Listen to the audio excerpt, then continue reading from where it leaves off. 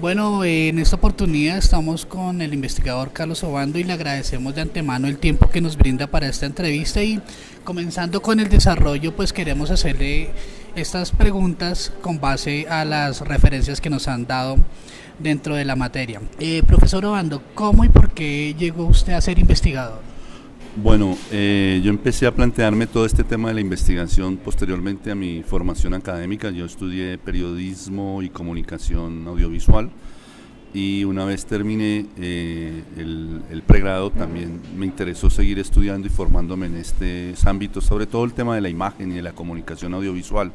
Entonces luego hice un posgrado, una especialización en semiótica y estética en la Universidad Nacional.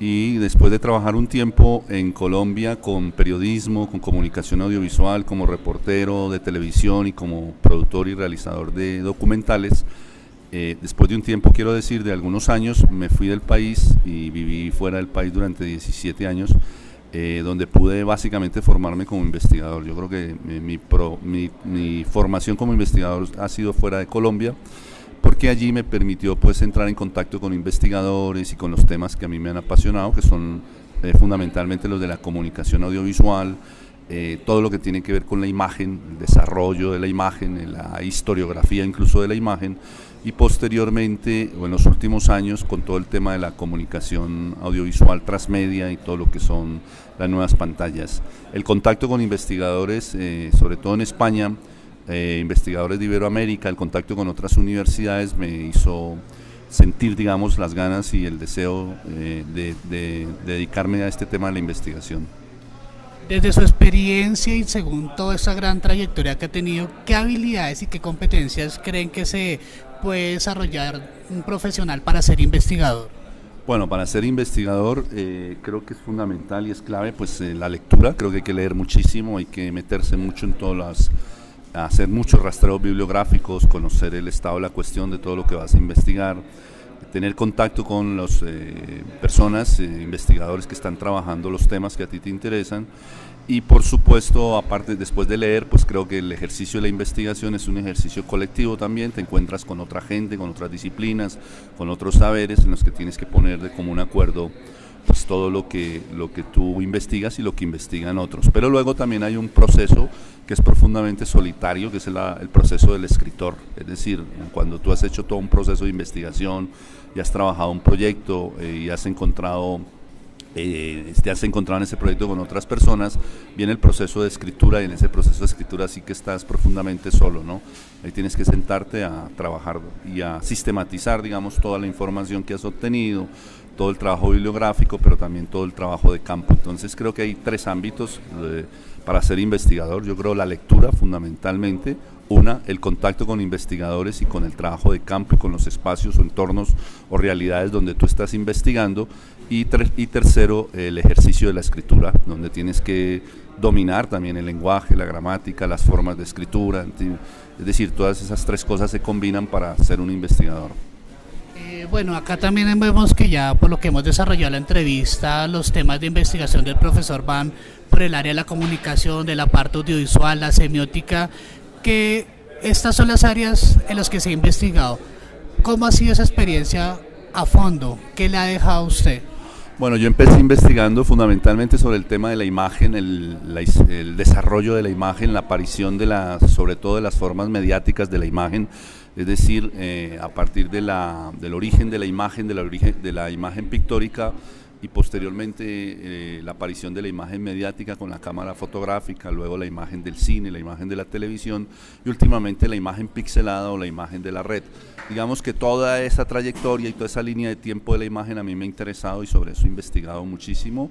He escrito algunos textos y un libro concretamente sobre eso.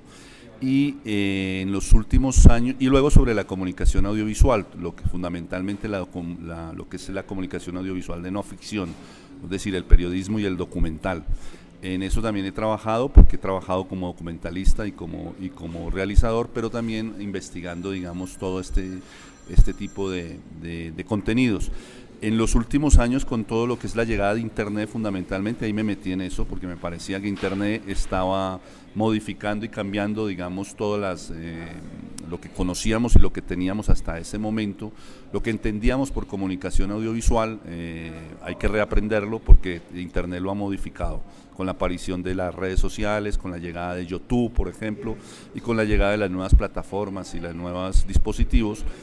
Todo el concepto de comunicación visual que al menos yo tenía, que era básicamente basado en el cine y en la televisión, cambió. Y entonces eso me obligó también, por un lado, a meterme en ese mundo, conocer todo lo que es Internet, esa tecnología, o llamémoslo así, ese medio mejor, y cómo ese medio estaba entrando, digamos, a romper, digamos, todas las formas de comunicación audiovisual que existían. Por lo tanto, mis investigaciones en los últimos años se han dirigido fundamentalmente a eso, a la relación que tiene Internet con la comunicación audiovisual y con la imagen. Bueno, esto lo que nos acaba de contar también es un preámbulo a la pregunta siguiente que le queremos hacer, y es ¿cuál es el enfoque de investigación que usted ha desarrollado en toda la mayor parte de sus investigaciones?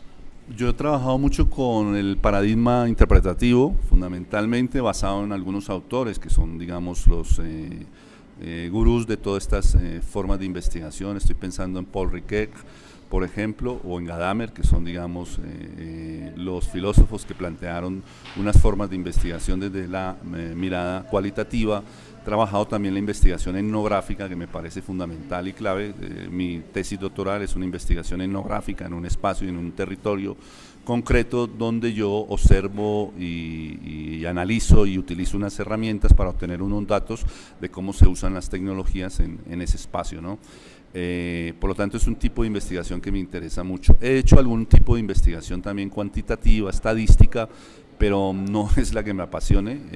Yo prefiero esa investigación interpretativa que pasa justamente por la observación, fundamentalmente por el diario de campo, por los focus group, le hablo de técnicas de investigación, y en general por la investigación cualitativa. Creo que es ahí donde más he desarrollado mi trabajo. Ya hablando de esto, ¿qué diseños de investigación ha utilizado? ¿Qué criterios ha tenido en cuenta, pues, para esta selección? Pues yo he abordado, digamos, la investigación se hace básicamente desde tres paradigmas. Hoy se habla de un cuarto paradigma, digamos, el paradigma estadístico o matemático, el paradigma interpretativo y el paradigma sociocrítico. Mis investigaciones han estado fundamentalmente en el paradigma interpretativo. Alguna cosa trabajé en el paradigma sociocrítico, que es aquel que dice que la realidad hay que investigarla, hay que observarla, pero no solo para interpretarla, sino para modificarla o para transformarla. Tú sabes, el paradigma interpretativo es el que dice que la realidad hay que interpretarla y quizás con eso basta, ¿no? Y el paradigma estadístico, que es básicamente las ciencias puras, las ciencias aplicadas o las ciencias matemáticas. Pero en los últimos años me ha llamado muchísimo la atención que ha habido algunos autores, entre ellos Manuel Castells, que es un sociólogo español, que ha escrito, pues, una cantidad de textos sobre el tema de la investigación en ámbitos del Internet fundamentalmente, y él plantea que tenemos un nuevo paradigma que hay que tener en cuenta para hacer investigación. Él lo llama el paradigma tecnológico o el paradigma informacional. Dice que antes, durante o después, cualquier investigación pasa por ese paradigma, es decir, usamos herramientas, usamos tecnologías y estamos de alguna manera conectados a Internet. Por lo tanto, buena parte del background de la investigación hoy hay que tener en cuenta Internet. Eso me pareció interesante y entonces yo empecé a revisar esas teorías que plantean, digamos, que hay que hacer investigación utilizando las redes, utilizando Internet, utilizando herramientas que hoy en día son necesarias y obligatorias para hacer investigación, y con ese paradigma he trabajado los últimos textos. Es decir, el último texto sobre todo está basado fundamentalmente en eso. ¿Por qué? Porque es un rastreo a través de metabuscadores, ¿cierto?, de búsqueda de datos en la red, lo que llaman hoy periodismo de datos. Es una búsqueda de todo lo que se publica sobre determinado contenido o sobre determinado tema, la lectura, digamos, sistemática y la obtención de datos de ese contenido para luego, con base en eso, pues hacer una investigación descriptiva, pero también exploratoria, yo diría incluso especulativa, ¿no?, que es un poco un campo en el que me interesa mucho trabajar. Entonces, yo estoy más trabajando ahorita, o yo diría que he transitado del paradigma interpretativo al paradigma tecnológico informacional. Profesor Obando, si tuviera que iniciar una investigación que se relacione con el desarrollo humano sostenible, ¿qué problemática en general le interesaría y qué enfoque, qué tipo de diseño y técnicas de recolección de información cree que podría utilizar en este caso tan específico? Yo el concepto que me dices que es desarrollo humano sostenible lo entiendo desde muchas perspectivas. Uno puede hablar de desarrollo humano sostenible en lo económico, desarrollo humano sostenible en lo ecológico o antropológico o ambiental. Yo, que es mi campo, además de donde me he movido y he trabajado algunas de estas cosas, planteo el desarrollo humano sostenible en la tecnología, es decir, en el uso y apropiaciones de las tecnologías. Creo que ahí también es necesario plantearse proyectos de investigación que tengan que ver con el desarrollo humano sostenible, entendiéndose por esto como la posibilidad que tienen todos los sujetos, entre comillas, de acceder a las tecnologías y de usarlas de manera eficaz para resolver problemas personales y también problemas sociales, comunitarios y colectivos.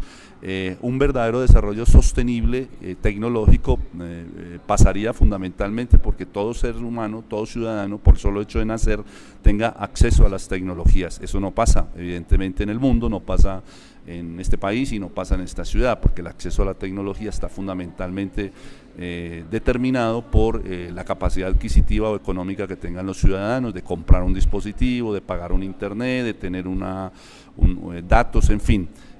Yo creo que ahí se genera también una cosa que yo he investigado y que he trabajado, que es el tema de la brecha digital, que es las diferencias que existen entre las personas que tienen acceso a las tecnologías y las que no las tienen.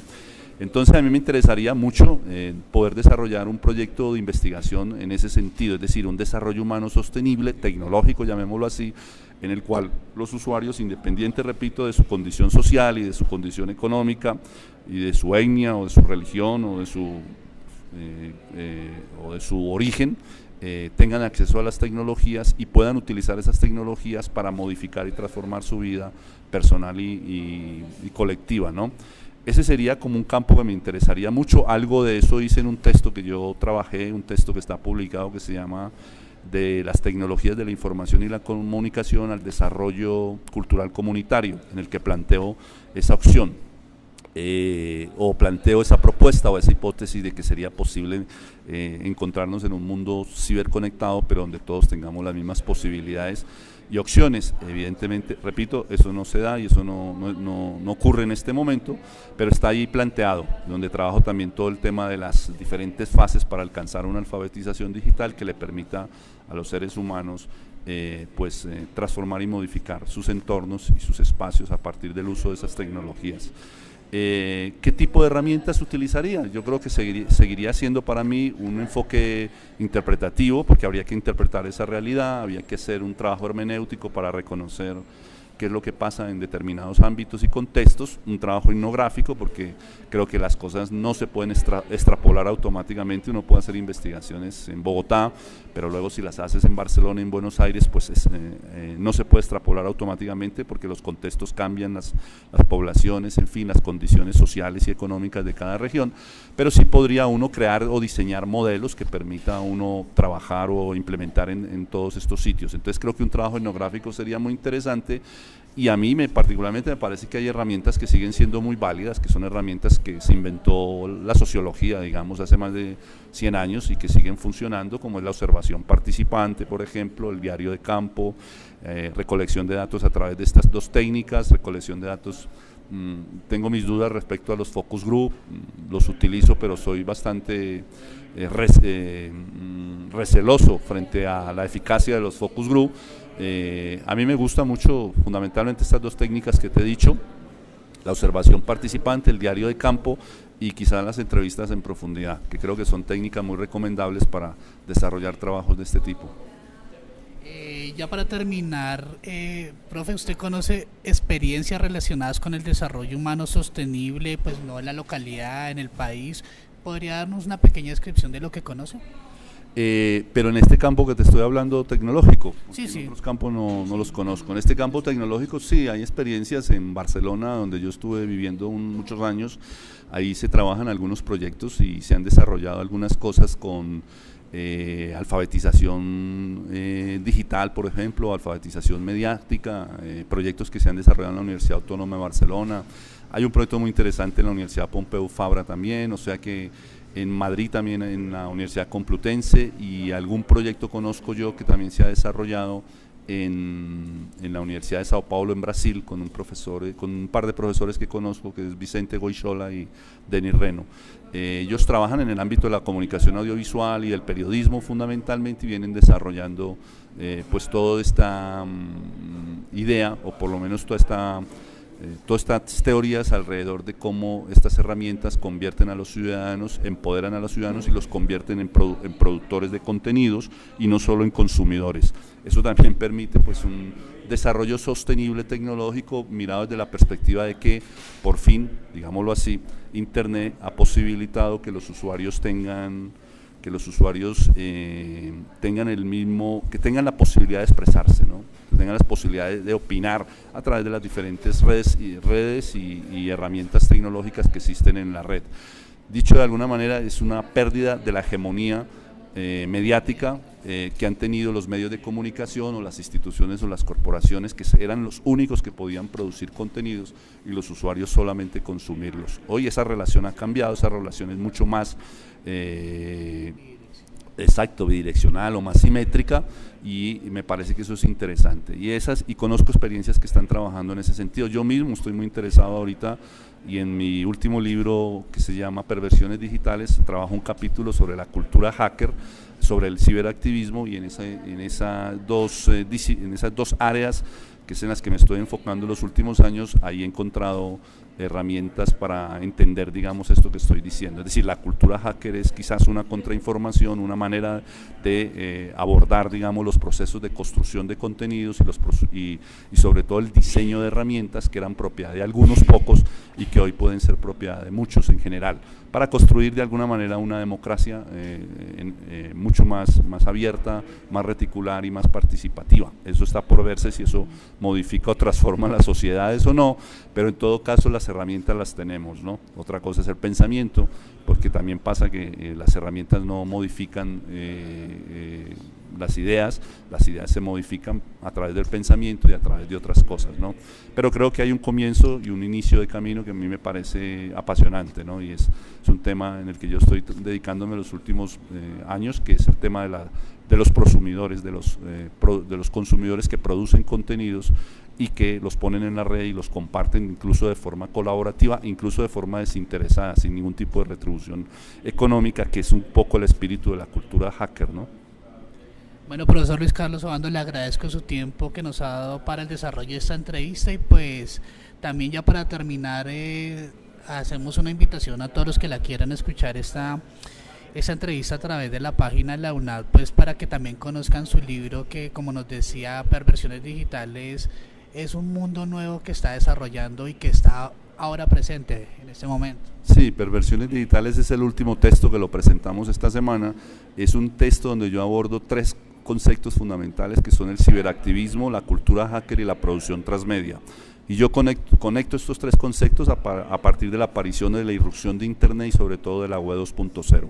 De lo que son los software abiertos, libres, escalables, los software, lo que llamamos open source, que son softwares que permiten modificar, porque son transparentes, permiten modificar el código, porque el código está abierto, y permiten también un trabajo colaborativo y en red. Creo que esa es la razón o la clave para entender estas 3, o para conectar mejor estas 3 áreas o disciplinas que yo intento conectar en este libro. Entonces está en el libro pues explicado, digamos, qué es la cultura hacker, qué es el ciberactivismo y qué es esto que llamamos ahora producción transmedia, que no es otra cosa que la cultura hacker. Son básicamente dispositivos, tecnologías, herramientas que sirven para construir las nuevas narrativas, que es la producción transmedia. Y el libro está ahí, ¿no? Está en digital también, entonces se puede también obtener a través de la red. ¿Qué tal que no? Un libro que habla de esto y no se pudiera encontrar en la red. Por lo tanto, está abierto a todo el mundo y esperamos que seguir trabajando sobre estos contenidos, que son los que me interesan.